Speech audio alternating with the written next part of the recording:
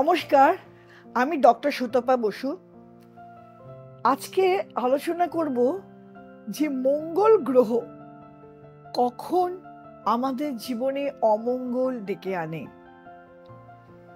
আমাদের কাছে অনেক ক্লায়েন্ট আসে, বাবা মারা আসে ছেলে মেয়েদের বিবাহ নিয়ে ভীষণ চিন্তিত। ডিভোর্স তো চারিদিকে প্রচন্ড বেড়ে গেছে, সব জায়গায় ডিভোর্স, নানা রকম বিয়ে হচ্ছে না, অনেক বছর প্রেম, তারপরে বিয়ে ভেঙে যাচ্ছে, বিবাহিত জীবনে অশান্তি। সবাই এসে বলছে মানে যত টাকা দিয়ে বিয়ে হচ্ছে তার অধিক টাকায় ডাইভোর্স হচ্ছে। তো এবার এইটা কেন, কারণ কি? আমাদের তখন মঙ্গলের অবস্থান, চার্টে মঙ্গলের অবস্থান দেখতে হবে জাতক এবং জাতিকার। এই জাতক এবং জাতিকার চার্টে আমরা দেখব মঙ্গল কি অবস্থায় আছে।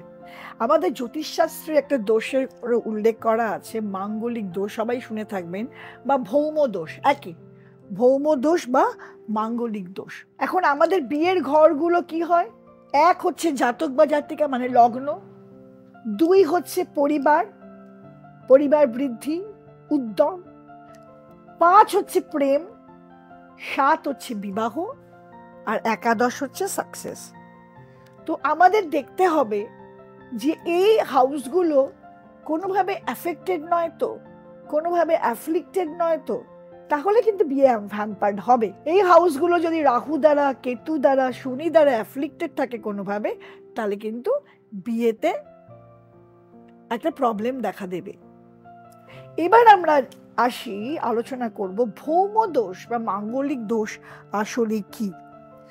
জন্মকুষ্ঠিতে যখন জাতক বা জাতিকার মঙ্গলের অবস্থান লগ্নে, লগ্ন থেকে চতুর্থে, সপ্তমে, অষ্টমে বা দ্বাদশে থাকে, তখন আমরা তাকে মাঙ্গলিক বা ভৌমদোষ আছে বলে থাকি। তাহলে কোথায় কোথায়? লগ্নে, চতুর্থে, সপ্তমে, অষ্টমে বা দ্বাদশে থাকে। লগ্ন থেকে অ্যান্টি ক্লকওয়াইজ গুনতে হবে। মেষ যদি লগ্ন হয় 1, 2, 3, 4, কর্কট হচ্ছে চতুর্থ, সপ্তম হচ্ছে মেষ লগ্নে, সপ্তম হচ্ছে তুলা, এইরকম ভাবে ঘুরে। নবম হচ্ছে ধনু, অষ্টম হচ্ছে বৃশ্চিক, এইভাবে, আর দ্বাদশ হচ্ছে মীন, এইভাবে গুনে যেতে হবে। যদি আমরা দেখি যে জন্ম ছকে মাঙ্গলিক, তাহলে আমরা জানবো যে এই বিয়ে, এই ছকে বিয়েতে কিন্তু গন্ডগোল হতে পারে বা অসুবিধা থাকতে পারে। যদি আমরা জন্ম ছকে দেখি যে মঙ্গল লগ্নে, চতুর্থে, সপ্তমে, অষ্টমী বা দ্বাদশে আছে, তাহলে আমরা জানবো যে এখানে মাঙ্গলিক বা ভৌমদোষ আছে। আচ্ছা, শাস্ত্র, এবার ভৌমদোষটা কি বলি। শাস্ত্রে বর্ণিত আছে যে লগ্নে ব্যয়ে চ পাতালে জামিত্রে চাষ্টমে কুজে কন্যা হরতি ভত্তারং ভর্তা ভর্জাং বিনশ্যতি। অর্থাৎ লগ্নে, চতুর্থে, সপ্তমে, অষ্টমে, দ্বাদশে মঙ্গল অবস্থিত হলে স্ত্রীর স্বামী নাশ ও স্বামীর পত্নী নাশ হয়। এই যোগের ফলস্বরূপ স্বামী বা স্ত্রীর শারীরিক অসুস্থতা, যৌন ক্ষমতা কম হওয়া, দেখবেন এরা সেক্সুয়ালি হ্যাপি হয় না, এদের ম্যারিটাল মানে কনজুগাল লাইফ হ্যাপিনেস নেই, যার জন্য এরা একসাথে থাকতে অসুবিধা হয় এদের, বা অ্যাডজাস্টমেন্ট প্রবলেম, সে অনেক সময় থার্ড পারসন ইনভলভ হতে পারে। তাহলে এবার আমরা দেখব যে কোন কোন জায়গায় থাকলে মঙ্গলের অবস্থানে কি কি প্রবলেম হতে পারে। জন্ম ছকে যদি কারুর লগ্নে থাকে মঙ্গল, শরীর খারাপ হতে পারে, স্বামী স্ত্রীর অ্যাডজাস্টমেন্ট প্রবলেম হতে পারে, ভীষণ রাগ, মঙ্গল আমাদের রাগ, উত্তেজক গ্রহ, কোনোভাবেই এদের অ্যাডজাস্টমেন্ট হতে চায় না।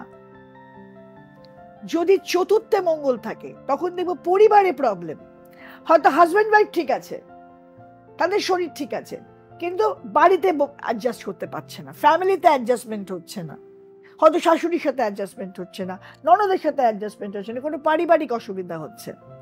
এবারে আমরা দেখবো সপ্তমে মঙ্গল থাকলে কি হবে। সপ্তমে যদি মঙ্গল অবস্থান করে তাহলে আমরা দেখব, বা পাপগ্রহ দৃষ্ট হয় বা যুক্ত হয়, তবে মঙ্গলের সাথে সপ্তমে শনি আছে, রাহু আছে, কেতু আছে, সেক্ষেত্রে দেখা যায় প্রচন্ড শারীরিক অসুস্থতা, অ্যাক্সিডেন্ট, নানা রকম ভাবে মতৈক্য এবং শয্যা সুখও থাকে না। এবার আমরা দেখব অষ্টমে মঙ্গল।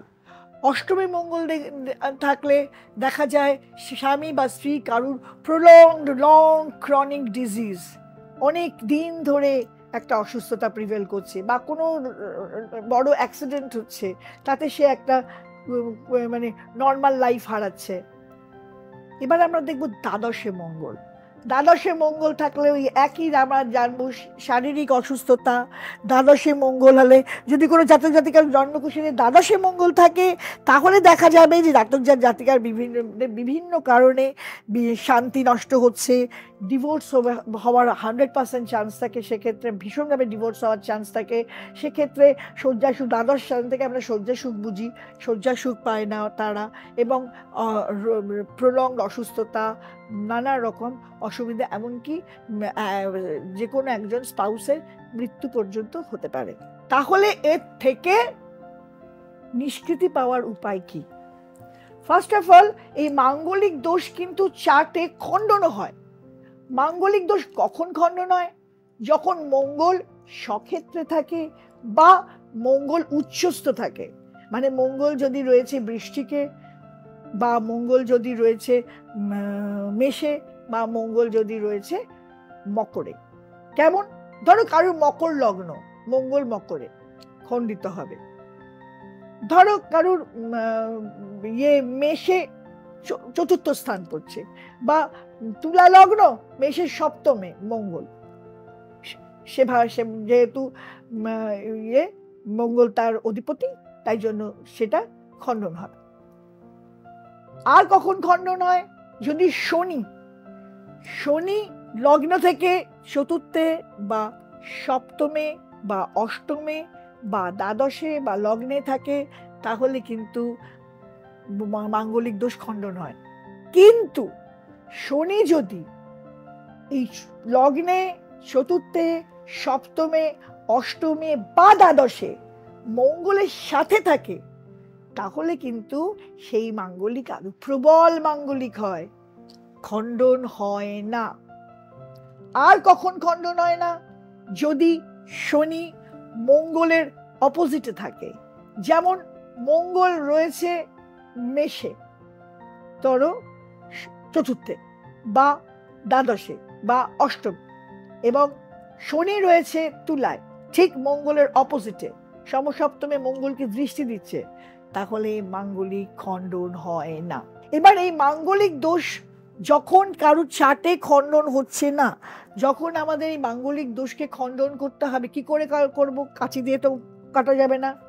তাহলে আমরা মাঙ্গলিক দোষ কি করে খণ্ডন করব? আমি যেটা মেনলি বিশ্বাস করি, মাঙ্গলিকের সাথে মাঙ্গলিকের বিবাহ। মাঙ্গলিকের সাথে মাঙ্গলিকের বিবাহ দিলে মাঙ্গলিক দোষ খণ্ডন হয়, এবং এটা একেবারে প্রমাণিত। আর তা না হলে অনেক সময় শাস্ত্রে আছে যে কুম্ভ বিবাহ, কলা গাছের সাথে বিবাহ, বিষ্ণুর সাথে বিবাহ দিয়ে মাঙ্গলিক পূজা পাঠ করে মাঙ্গলিক দোষ খণ্ডন করা যায়। আপনাদের যদি কারুর ছেলে মেয়েদের মাঙ্গলিক থাকে, তাহলে অবশ্যই আপনারা কোনো ভালো অ্যাস্ট্রোলজারের সাথে গিয়ে এটাকে ইজিলি নেবেন না, এটাকে ভালো করে কোনো।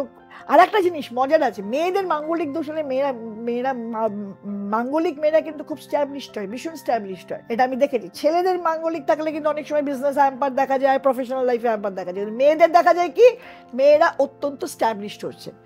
তাই জন্য বলবো, যদি আপনাদের কারুর ছেলে মেয়ের মাঙ্গলিক থাকে, অবশ্যই তার প্রতিকার করার ব্যবস্থা করুন। আর আমার আজকের এই ভিডিও যদি ভালো লাগে, অবশ্যই লাইক, শেয়ার, কমেন্ট, এবং সাবস্ক্রাইব না করা থাকলে তাড়াতাড়ি সাবস্ক্রাইব করে নিন। নিত্য নতুন নোটিফিকেশন দেখার জন্য বেল আইকনটা সাবস্ক্রাইব করুন। নমস্কার।